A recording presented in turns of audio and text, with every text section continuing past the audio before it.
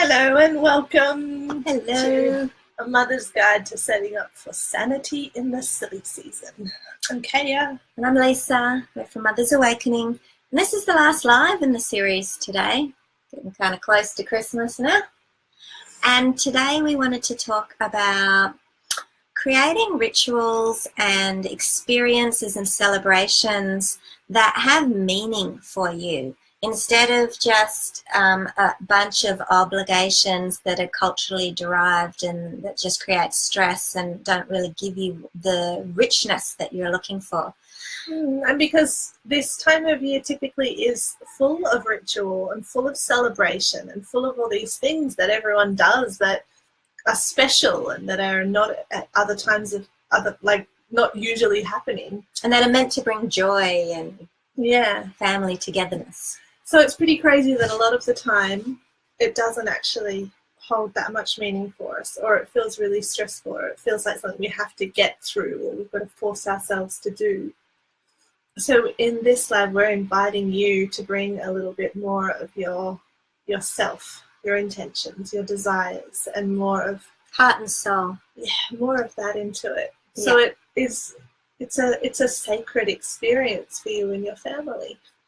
So given that, if we're actually going to ask you some coaching questions today to sit with, and just allow whatever bubbles up pretty much straight away to be the answer, like run with that and see what happens. And it's a blending of different sorts of components. We're going to focus you on your intention. We're going to focus you on your values. We're going to focus you on your core desired feelings and how you actually want the experience to be, and how to bring in all the members of your family when you're designing or creating something, how to bring each of them into the equation so that it is really meaningful for them as well. Do you want to lead the way through the questions? Yep. Do we do? Oh, we're just winging the questions. We do the competition at the end. No, the competition. Oh, we're drawing the competition today. Do you want to draw it now? Oh, we'll draw it at the end. Okay. It's cool. Sorry. Okay. So to start with, just pick, and you can then use this kind of all the questions we're asking for anything that you do during the holidays and beyond. But for now, just pick a particular time, whether it be Christmas morning or whether it be setting up a tree together or having lunch together, or even just going on a picnic together or sharing New Year's Eve together, whatever it is, pick a particular time that you're wanting to bring this meaningful sense of ritual or celebration to, that you're wanting to use as your platform. Yeah, and it doesn't have to be a special day. Just pick some time over the holiday season when your family's going to be together. Yeah. And before you even think about how it's usually done, like how do people do Christmas, what's the norm, we want to bring you back to yourself and back to what's really true for you.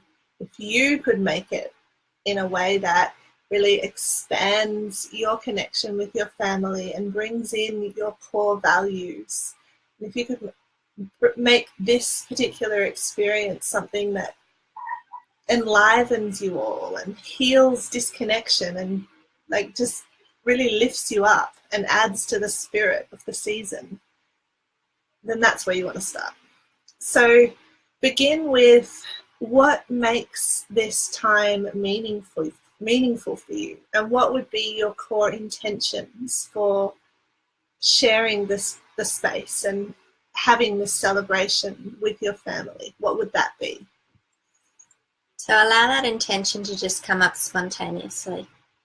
You don't typically have to hunt hard for these things. And you know when you find your intentions, because you feel it in your body. You feel that, yes. You feel like, yeah, that's what's really important to me. That's what I want. And then one step on from that is, how do you really want to feel? So if you're like jumping forward into that time, like imagining yourself sharing that experience with your family, how do you want to be feeling? And how do you want to be feeling in your body, like in all areas? Like, do you want to be feeling really relaxed and at ease and like really rested, or do you want to be feeling really inspired and excited and energized? Playful. Have a think about what that core desire feeling is that you want to be feeling. And practice really feeling it in your body right now.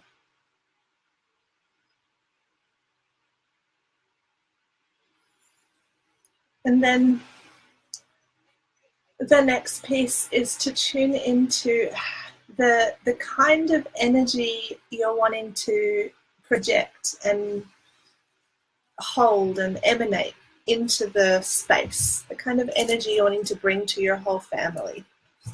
So as mothers, we sit as the emotional anchors, the energetic anchors in our family a lot of the time, and we can choose to project. Hi, Rita. We can choose to project our energy, but we can also choose to be frequency holders, meaning we can choose to hold a certain frequency within our own bodies and allow it to just kind of spread out around us into our families, because it does. We all know that our energy affects everyone in the household. So what is the desired feeling that you want to be projecting or holding in this experience with your family? And moving on from that, which would be affected by this energy that you're projecting, how do you want your family to be feeling? What would you love them to be receiving from the experience? How would you like it to be for them? All the different members who would be present and who would be sharing this experience with you. Give some space to tune into that.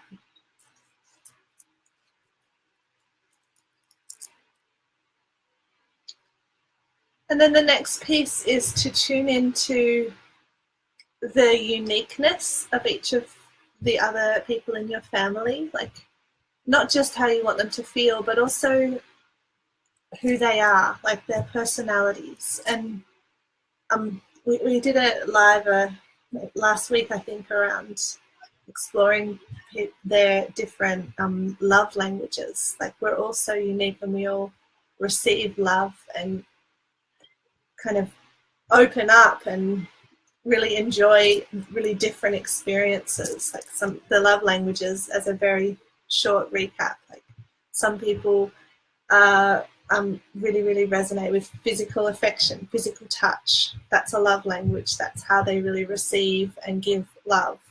Some people love quality time, so really present connection and spending quality time together. For some, it's acts of service, so having someone do something for them, help them, do something meaningful for them. That's definitely my big one.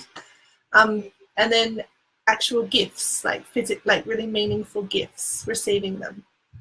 And another one is words of affirmation. So being conscious in the words that you give, the way that you give your love in words.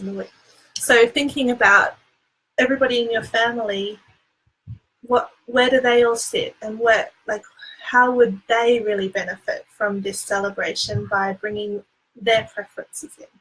Yeah, so important to note that you can actually give and receive in a different love language. Like what you give is not always how you prefer to receive your love languages. So focus on the receiving. How does your family like to receive love, receive joy, receive whatever the desired feelings are that you're trying to create, receive your intention, whatever you set that to be? What is it that lights your family members up and fills them up, makes them feel full and nourished and complete? And you don't need to make it really complex, but given all this information that you've just sat with, which is a lot, like it's all you need to create a really meaningful ritual or celebration. Is there any particular little components you're wanting to bring in? Like, is there some particular food that would have extra meaning based on all the things you've just sat with? Or is there any music? Like, think of all the senses. Like, is there any music or food or particular activities or games, or because you'd have so much in your toolbox of experience that you want to bring in that's grounded in all that you've just sat with, and trust what comes.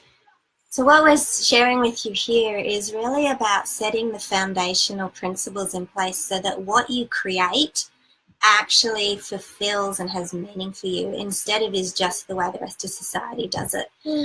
As mothers, we are creating probably many different experiences over the next couple of weeks, whether we're entertaining extended family, whether it's just our families, whether you celebrate Christmas or not. There's New Year's, there's solstice, there's so many different things happening at this time of the year.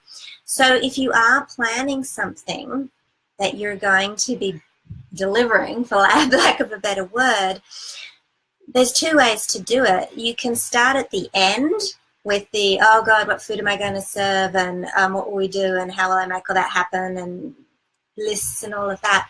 Or you can take just 10 minutes or 15 minutes to sit before. I like to take actually a day of just mulling it over before I go and plan. But sit with these broader questions that we're asking you so that you're really coming back to your heart and your soul wisdom on it. So you're creating intentions, meaning, rituals. You're taking into account what you know fills people up. You're focused on what are the core energies you want to experience and you want the people around you to be experienced, and design the whole thing from that foundation. Yes, because as we've said so many times, it's not what you do, it's who you be in the process and the energy that you bring. Okay, so that's the content for today. Oh, yes, and quickly, we drew the draw. Like we said, that if you're engaging and you're sharing your experience over these few lives, you go in the draw to win a digital version of the Magical Mama Manifesting System. And Kathy, who is one of our sisters in Mother Rising, has won it. So Kathy will send you the links to access all of that.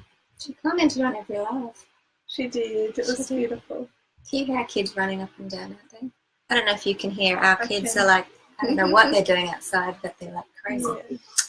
Okay, so congratulations, Kathy. Yeah, we'll be in touch. Yeah. And it's lovely to have you here, Rita. Bye-bye. See ya.